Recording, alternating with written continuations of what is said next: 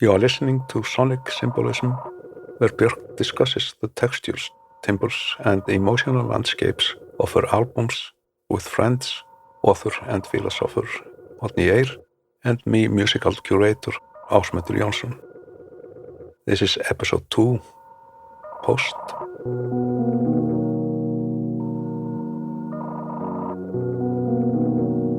I always use the word promiscuous for this album.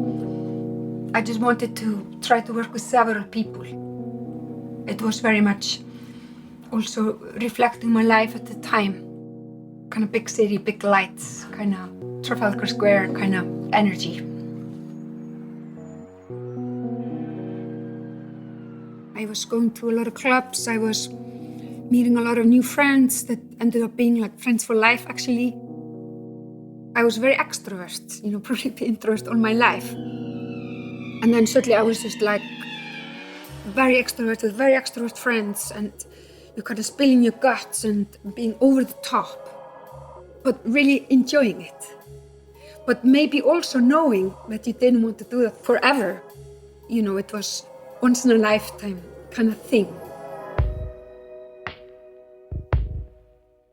The words that describe Post are urban, greedy,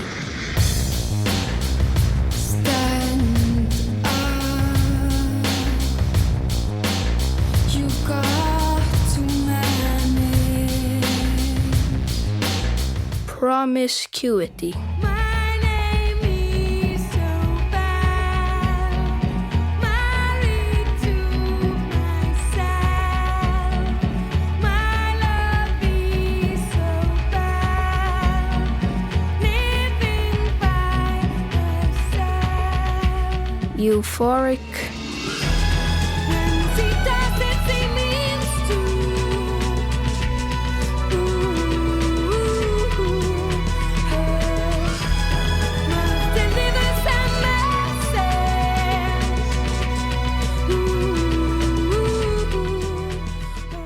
Absorb.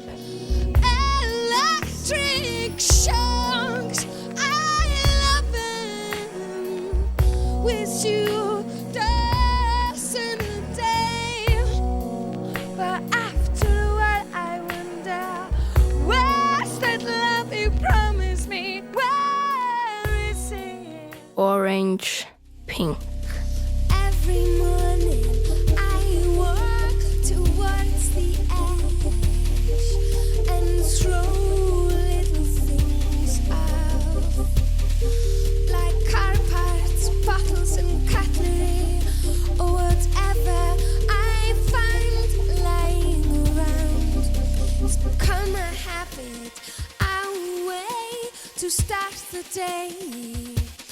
I go through all this before you wake up, so I can feel happier to be safe again with you.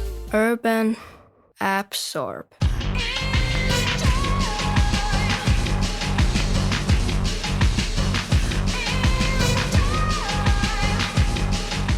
Euphoric.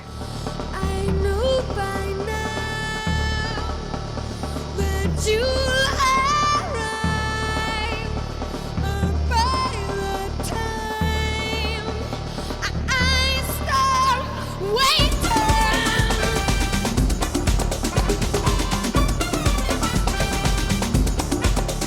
I miss you.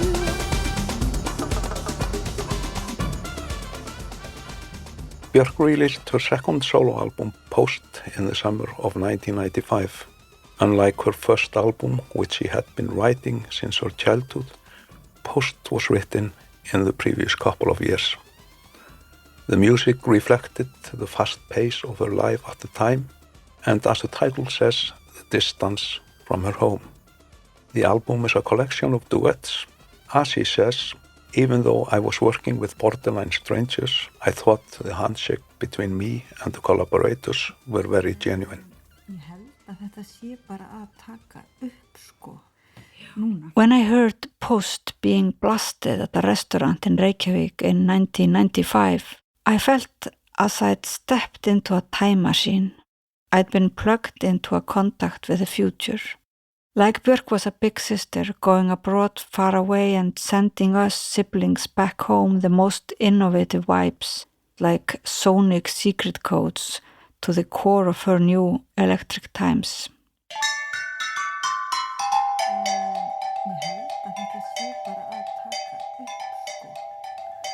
So we are back on track. We are in Þingvellir, Iceland. How would you describe like the archetype of the post? Well, I actually went for a photo shoot for the album cover of Post, and it was quite expensive. And I didn't use the photos. And that was maybe the first time when I kind of realized that I knew what I wanted, that it was not just a photograph of me, but it was a photograph of like some sort of a homemade tarot card, that it had to have certain symbols that stood for how I felt when I wrote those songs. And somehow, in a strange way, it was a way to remove it from me, the person me. I adore back of necks, beautifully shaven, gives me always, always, always, always, always, always, always a pretty rise down my spine. Ha!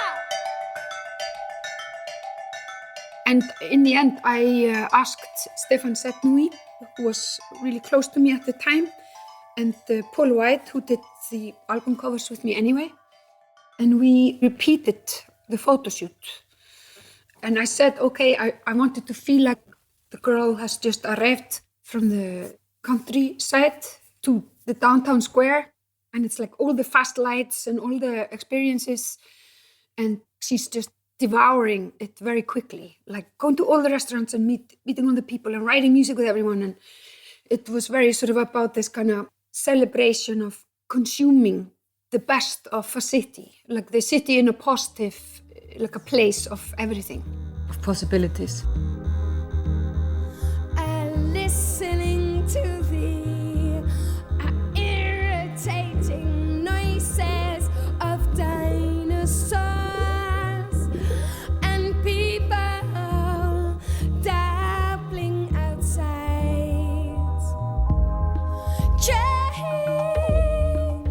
Engine fylgisdaler,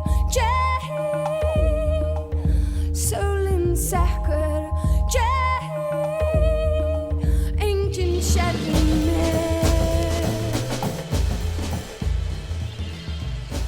I think also looking at the lyrics, it's a lot about somehow the alchemy, like about like putting two different elements together.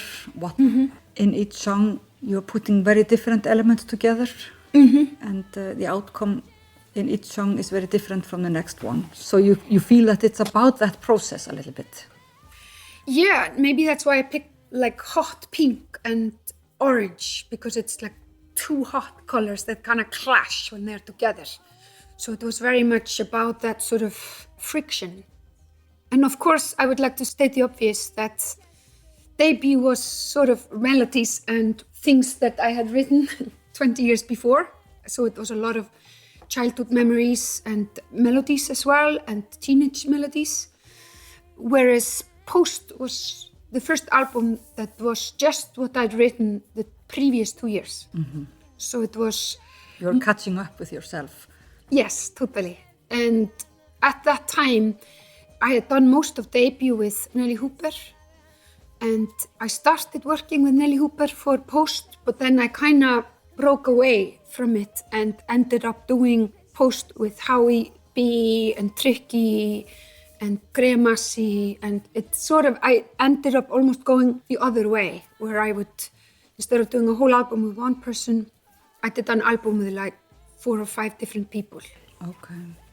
And also, I had been listening myself more to things that were maybe a little bit more, what do you call, not as polished. more, like 808 State from Manchester, and then later like Warp label, which is things like LFO and Black Dog and Aphex Twin. So it was a mix.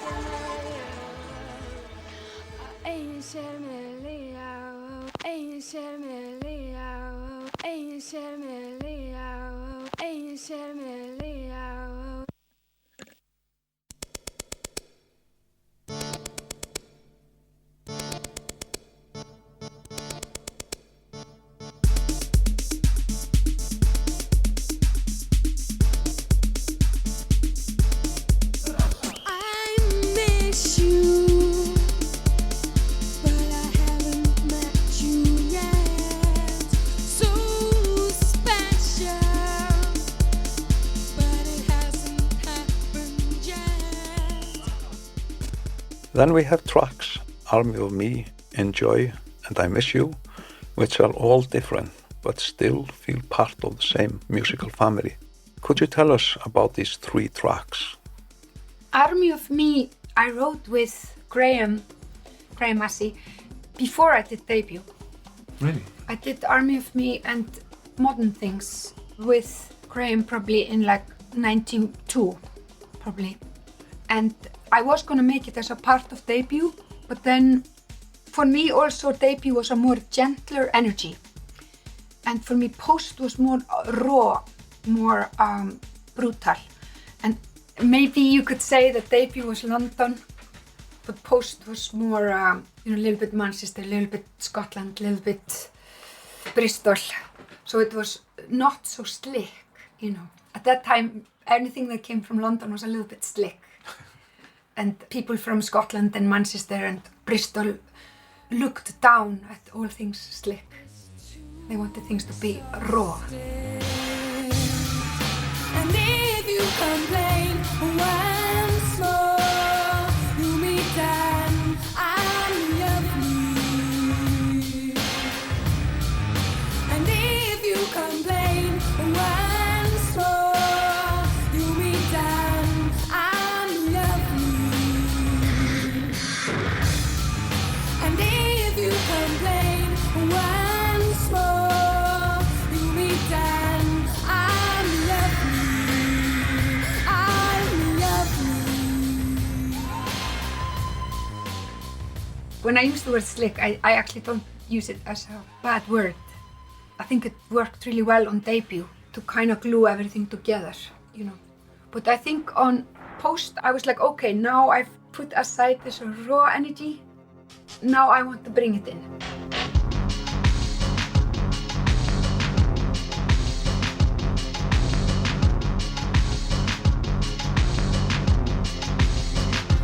I wish I only loved you. I wish simplicity.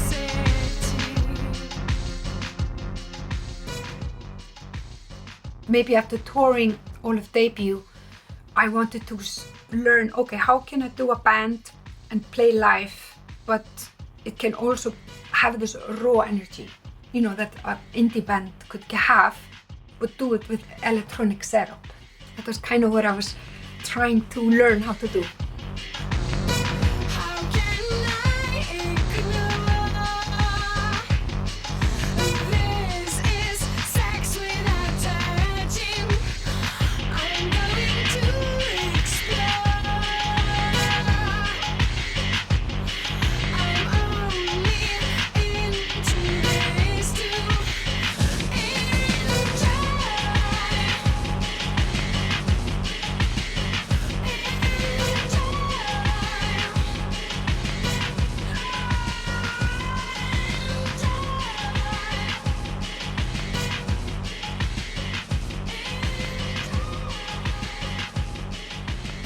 And I think still today, it's the only album I've done in this way, where I would meet the people as equals and we would write together, which I think is quite common in electronic music. So the collaboration is really an issue here. Maybe there is more ego in Post, or assuming the pop star a little bit, you could see. But on the other hand, a lot of collaboration. So it's a deconstruction also there of the ego of the artist as somebody that does everything alone or needs to own everything, you know, that you can somehow... to have the courage to merge with strangers. Yeah. But in a genuine way, not in a superficial way. Yeah, not taking it, but just like, you are borrowing and you give something back, because this is how I understand what was special in London at that time in this world, in this little underworld, that you were, like in Iceland before, you were a lot helping each other, giving voice, making space for each other. Yeah, it did feel like a little bit like that at the time for me, you know, that I was in London and instead of like, you know, Bad Taste and Sugar Cubes and this kind of collective, if you want, that it was a new collective and a group of friends. And I think we taught each other a lot. It was kind of strangely equal. We all had things to share to each other, you know, somehow. I also knew that you can feel it somehow, that it's a once-in-a-lifetime kind of collision. It's like a happy collision, but you also know it's not going to last very long. Do you know what I mean? Yeah. Yeah.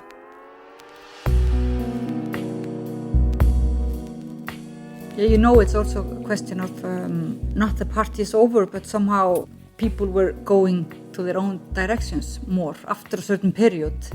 This group mechanism cannot go on for endlessly, or usually people then start going more their own ways. Yeah, that's kind of why I wanted the album cover to be like I'm at the central station, you know, like with all these people coming and going. We had this wind with all the cards turning, and there is like, oh my God, there's so many interactions, and wow, this is so exciting, but it's almost too much. It's like this too much. How can you offer me love like that? My heart burns. How can you offer me love like that? I'm exhausted. Leave me alone. Possibly maybe. Possibly maybe. Possibly maybe.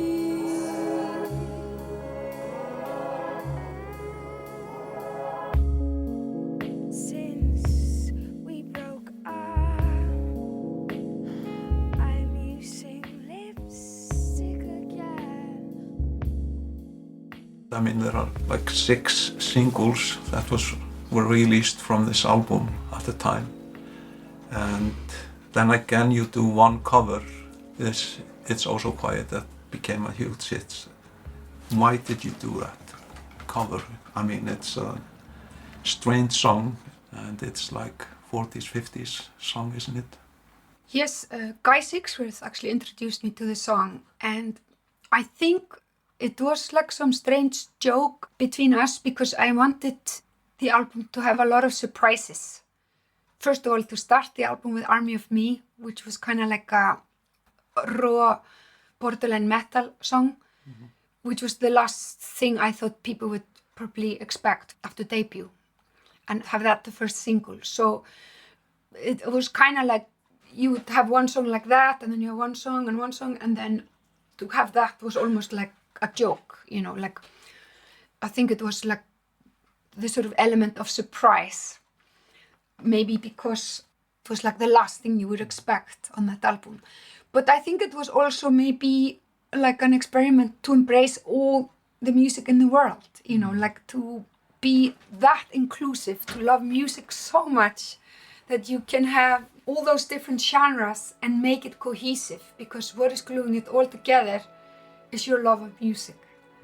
So it was also like, you think halfway through an album or something like that comes and you go like, oh, you think we've lost you, but no, it is inclusive, because it is, we love music so much that we can include everything, including a ridiculous song like that. So it is a very strange musical humor.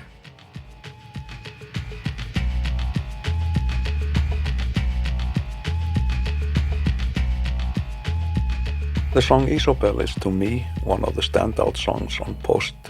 It's where you collaborate on the string arrangements with the Brazilian musician Emuer Deodato. And the lyrics are written by your friend, the Icelandic writer Sjón, based on your own story. Could you tell us about your approach in writing this song?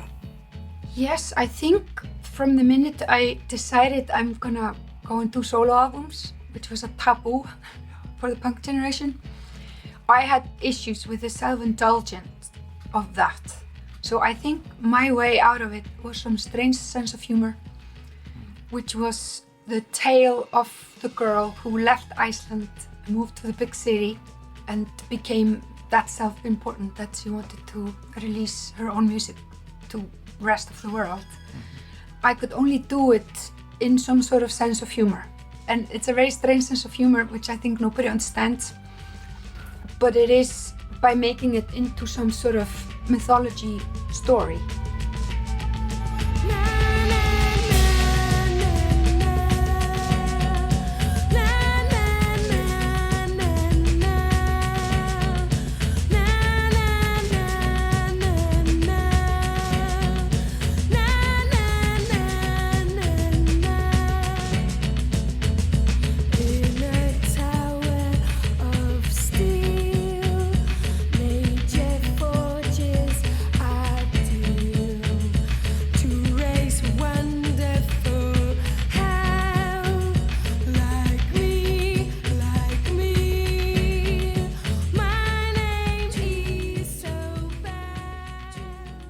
And Isobel are lyrics that I worked with Sjón, and we would sit and drink like a couple of bottles of red wine and talk for hours and hours and hours and hours.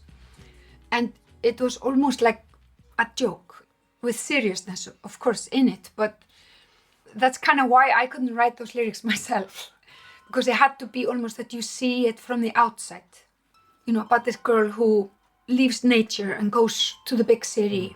You know, kind of like the magic realism stories, but also making fun of them, you know.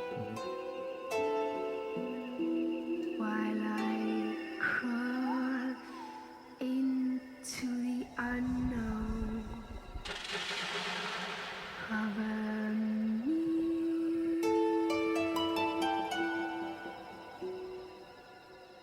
In the song Cover Me, you tried sampling a piece of music by the French composer Olivier Messiaen. Were you listening to Messiaen a lot at the time? Yes, when I was in music school, he was one of my heroes. I think I preferred him to Bach and Beethoven. I like the French composers, Ravel and Debussy, and so he was very important to me.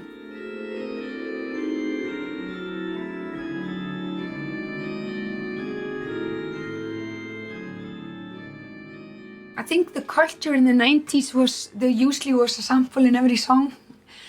And I think I didn't want to do that, but it was also sometimes a beautiful idea, because sometimes it is like you are quoting something, that the place you come from, and you're paying respect.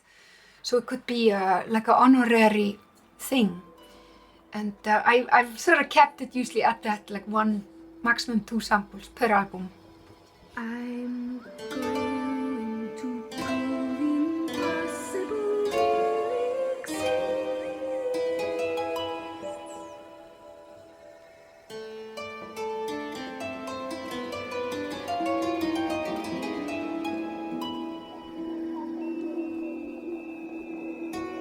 This is really dangerous. Cover me. Cover Me was a song I wrote myself playing harpsichord I had in my house. So it was more of a solitude song.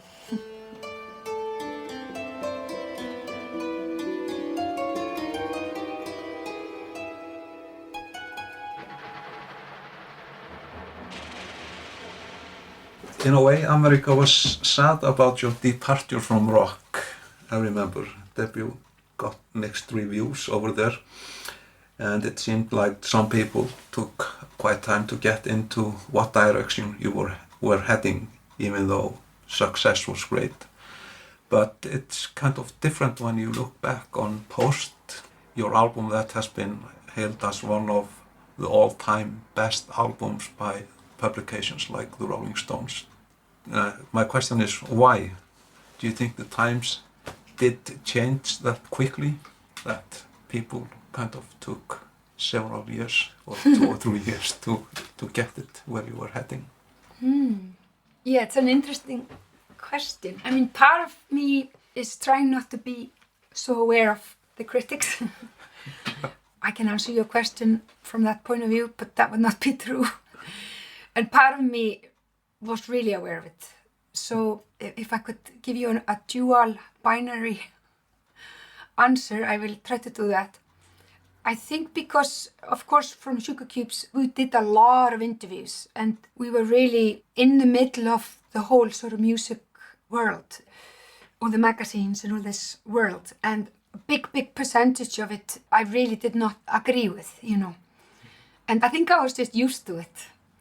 Also from, you know, back in Cook, when we started this band in 82 or 1, you know. It's probably 83, no, 82 or 83.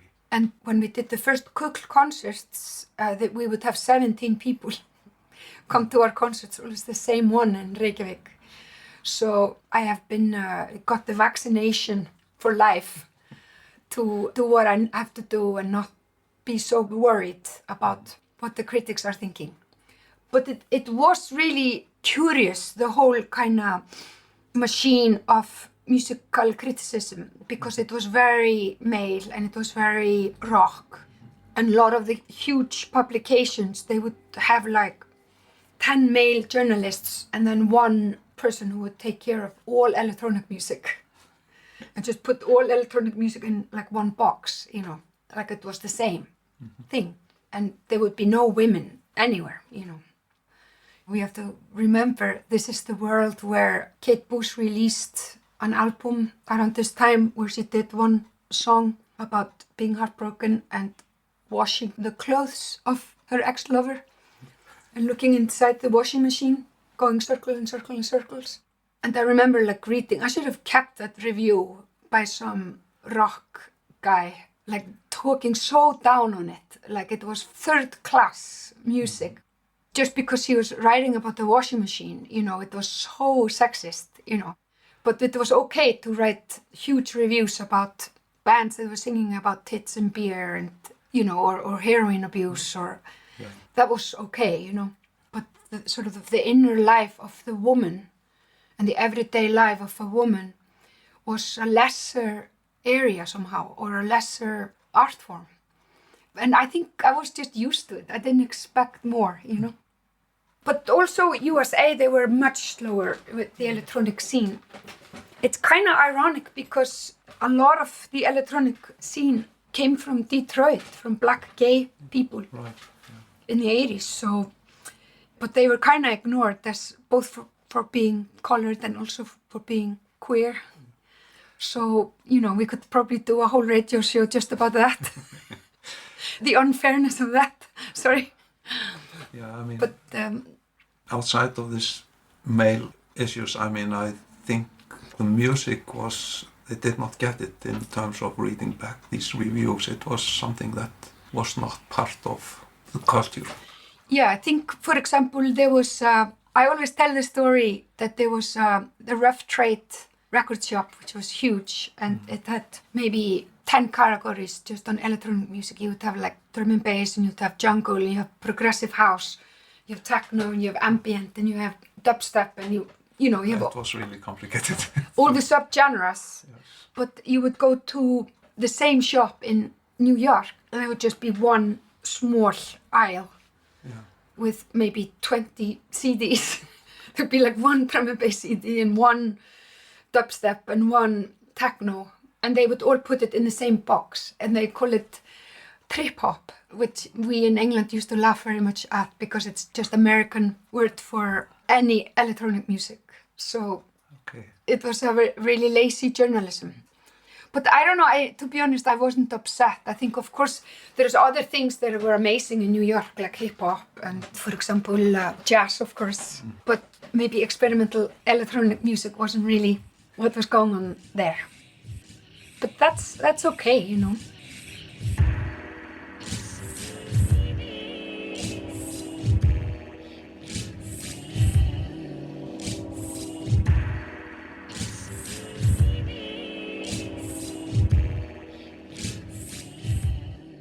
There is like a little bit of the archetype of the femme fatale also there, I must say. And the explorer, of course. And there are some manifestos there in the text a little bit. So this girl that's like lost in Times Square, she's not maybe Che Guevara, but there is some, I see another, I feel another archetype that I cannot quite name it maybe. But then, so the challenges. You were claiming a space in debut for your voice. What were you claiming there? What was the challenge there? Like technical challenge. You don't need it to challenge the guitar music anymore. Was there any like technical or musical or artistic challenges that you remember? Yeah, I mean, right now, today, at this moment, I would like to say some sort of extroversy. I did like so many interviews in 93 and 4. It's like every day, every single day I would do many, you know. It was like, we should count it sometimes. It was like insane. But for me, it felt like a genuine merge with every single journalist. I put my heart in every single, you know, just as much as I'm doing this with you now, because that's the only way I can do things. But then it was kind of like, oh, now I'm going to be like the extroverts. But kind of knowing that I was pushing an introvert machine to 11. Yeah. And that I had to like withdraw straight after. But it was somehow like, I don't know, proving to myself that I could do it, or maybe you have to try everything once. Kind of like normal people go backpacking, what do you call it, in the Himalayas. That's like their way of testing themselves. I think for an introvert singer, it's on the musical landscape, you know, it's on the sort of emotional terrain. And for me, the furthest point that's away from me is being 24/7 extrovert. And not saying no to the interviews, because as you maybe told me before, like your grandmother was an artist, but she didn't have quite a voice. Your mother also, like, and many artists, males and females, especially if they are experimental or like marginal in a way, sometimes they don't have a voice, but sometimes they don't even want to have a voice, or when they are given the opportunity, it becomes like a quality of the marginal, of the experimental, not to answer questions. So it was not maybe obvious for you to answer all those questions about Iceland and about elves and about yourself and about your persona and so on. So it must have been somehow almost like a political decision just to say yes and to use your voice like publicly as a woman artist also, without thinking like every time was it lousy or did I say too much? Yeah, definitely. It was strangely like if you get like a super loyal person that has to try once in a lifetime to have an orgy with 10 people, but genuinely mean it. But then that's it. I will never do that again. Like that's how it felt like, that I almost had to like do it once. And I think also maybe being for 10 years in bands and Bad Taste was so much anti anything that was corporate or commercial, and all the interview offers we got in Iceland, we always just said no, and then we just did our own thing, our own way, you know. So it was always very anti the machine. So I was the far youngest one, watching all these older people than myself, and they were saying no to everything, like a lot of things. And I thought, yes, that's very amazing to do that, and I really honor that, and that's a beautiful, gorgeous thing. But I was also questioning myself in post. Maybe if you say no to everything, are you painting yourself in a corner? Are you stuck then in your no to the world? So it almost, I had to push myself, the machine that I am, to 11 once, almost like a voodoo ritual, to like exorcism, to burn it all up, and almost prove that you could be genuine. You could do an interview in the most corporate commercial radio station in the world, but still do it with a lot of meaning.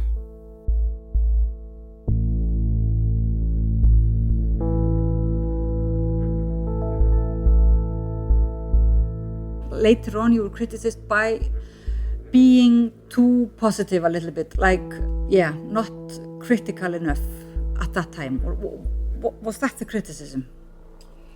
My opinion is that with the internet coming, and obviously becoming a force in the world where people have a voice that are not part of the media structure or the intelligentsia hierarchy or whatever, or politicians or anything, but like the people. And there were girls called millennials, born in the 80s basically, who were sort of say, could you please stop pretending that it's so easy for you, you know? Mm-hmm. And I just thought it was so interesting. And what was easy? The career and like being a musician, being feminine in that. Yeah. Yeah. I mean, I had many moments where I went to a studio, and when I came to my record company, the engineer I had hired that day was credited as producer of the song. Yeah. Because he was the only male there. Mm-hmm. And even people like my manager who knows me, you know. And so you had not been overtly like publicly complaining or criticizing this. At that time, you used the possibility to talk about other things. That was the criticism a little bit, or what? Yeah, because you were only later criticizing this or analyzing or pointing that it had been a struggle for you to say, no, it was me. I am the author, not this guy that helped me for 15 minutes. Mm-hmm. I think obviously the millennials, they were not around in the 90s, so they didn't hear me do 1,000 interviews, you know, so I had this opportunity and this open space. So I was just like, okay, let's just do while it's there. And that's gonna be more progress than to be critical. This is not the time to be critical. Mm-hmm. Maybe in 5 years or 5 years ago, but not right now. This is when things, kind of like when Me Too happened or something, when something just aligns and suddenly like, so I just decided to just go for it. Mm-hmm. And I'm very happy I did. And to be honest, it wasn't really thought out. Everything happened so quickly, and it was just very like... Yeah, but that's what I'm saying. Now it maybe seems like obvious, you know, mm-hmm. that you had this possibility and you said yes, and you did all those interviews. Mm-hmm. And then afterwards, it's maybe easy to criticize you for what you were saying or what you were not saying. But that's the irony of times, mm-hmm. somehow, that when you are judging somebody when we are somehow trying to be critical, it's mm-hmm. so important to understand like that just the fact mm-hmm. of seizing the possibility and speaking out mm-hmm. and saying yes to the interview, maybe in itself it was radical, you mm-hmm. know. But maybe now it's so obvious that we don't even count it as political or radical mm-hmm. or a position or something important. Mm-hmm. You showed somehow a mark of, yes, vulnerability, but also somehow strength and courage that was well needed for women at that time. I think it was the right thing to do, but I think it was also the right thing to do when I retreated and went to Spain. Because I think something like that lasts only so long, you know. And there was definitely a moment in '96 where I kind of started to be invited to the A-list celebrity parties, and you know, it was like a lifestyle that I could have done, and I went to like a few of these parties, and I'm very happy I got to witness it from anthropology reasons, you know. Mm. But very quickly I stopped being able to write, you know, and for me that's always a sign that something's not right. I think I was not thinking, to be honest, about feminism or not feminism. I think I was like, okay, I came here for my songs. I cannot write songs in this lifestyle. It doesn't work, you know. So I basically went to Spain and wrote an album. So that was definitely a conscious statement. And also I've never regretted, because basically doing all these interviews for 18 months, every single day or something, you know, and being on covers everywhere and whatever, it gave me so much. Like next time I could get better position in the festivals. I could get more money to get symphony orchestras, you know. It gave me more tools to do my songs.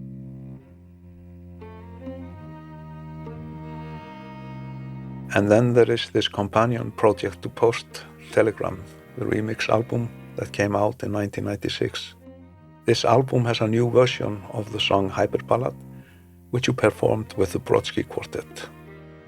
Around this time, the English composer John Tavener wrote a piece for you, and you collaborated with the conductor Kent Nagano. It seems like many people from the more classical world wanted to work with you during this time. What are your thoughts on that when you revisit this period of your career? Yes, it's an interesting question. Maybe what I was trying to do was put myself physically in a live context, which included more of my musical DNA, if you want. And of course, I've always listened a lot to classical music at home and was in music school for 10 years, which is a long time. And in my opinion, the best age to be in a music school, 5 to 15, because you are introduced to so much stuff, and then it's kind of perfect after 15 to do your own stuff, you know. At least in my case, I'm very happy with how that all ended up. But I think as much as I was in love with the whole rave context and the going to clubs, I knew that wasn't all of me, you know. That's Friday night. But there are 6 other days in the week. So I think I was trying to find something that was truthful, somewhere in the middle, where you could both have the sort of confessional opportunities as a singer in the space that you do have when you are singing with a string quartet. It's amazing. There's so much room for the voice, you know, because it's another timbre than the violins, so you can run everywhere, you know. And then also you have all this musicality. And then of course the idea of the string quartet is just amazing, amazing. You know, there's a reason why there is so much string quartet music in the world. It's an incredible canon. I go through all this before the rain, so I can feel happier to be beside the pain with you. I go through all this before the rain,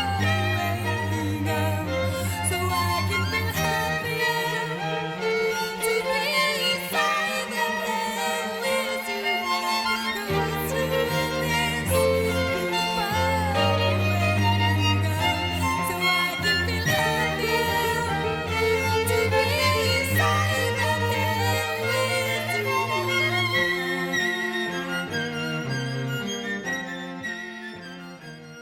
There were people contacting me from the classical world a lot in that area, and I ended up actually performing Piero Lunaire in Switzerland once with Kent Nagano, which was an amazing experience.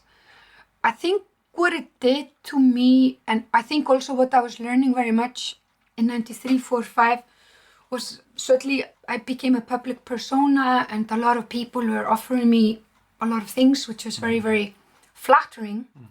But then it takes a lot of time. And I was feeling bad because I would do something and I couldn't give it my best. I only did a little bit of it.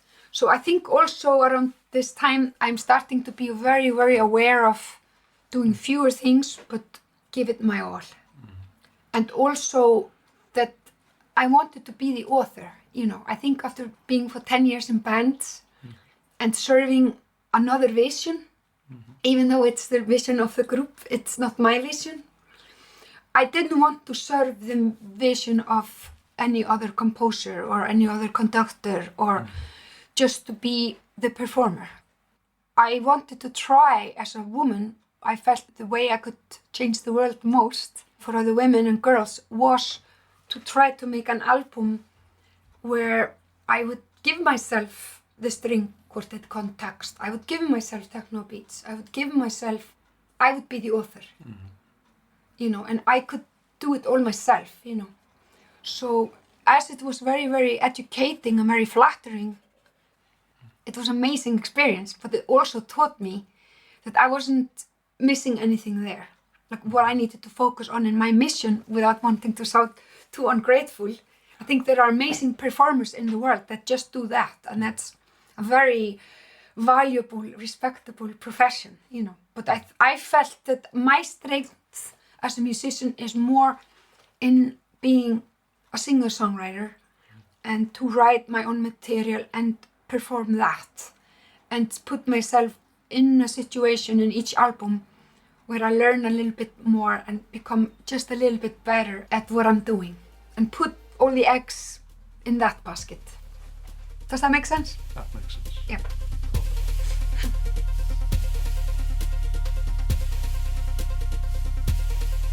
It's early morning. No one is awake. I'm back at my cliff, still throwing things out. Subconsciously, maybe we are collecting enough experience so we can write.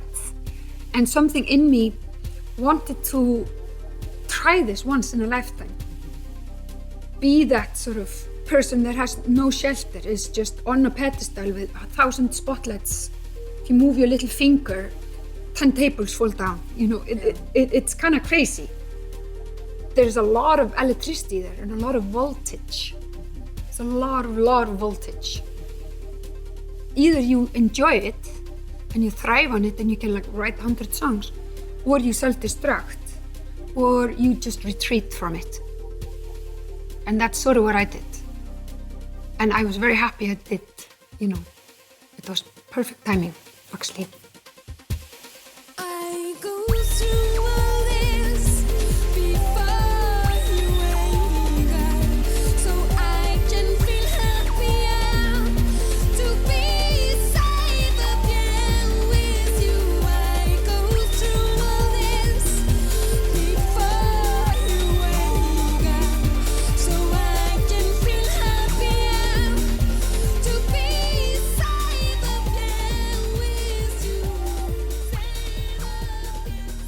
Sonic Symbolism is a co-production of MailChimp Presents, Talkhouse and Björk, and was made by Björk, Árni Eir, Ásmundur Jónsson, Anna Gyða, Ian Wheeler, Julie Douglas and Christian Kuhns. It was produced by Christian Kuhns and edited by Christian Kuhns and Anna Gyða.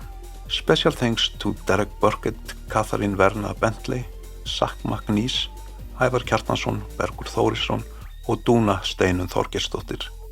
Music appears courtesy of One Little Independent Records.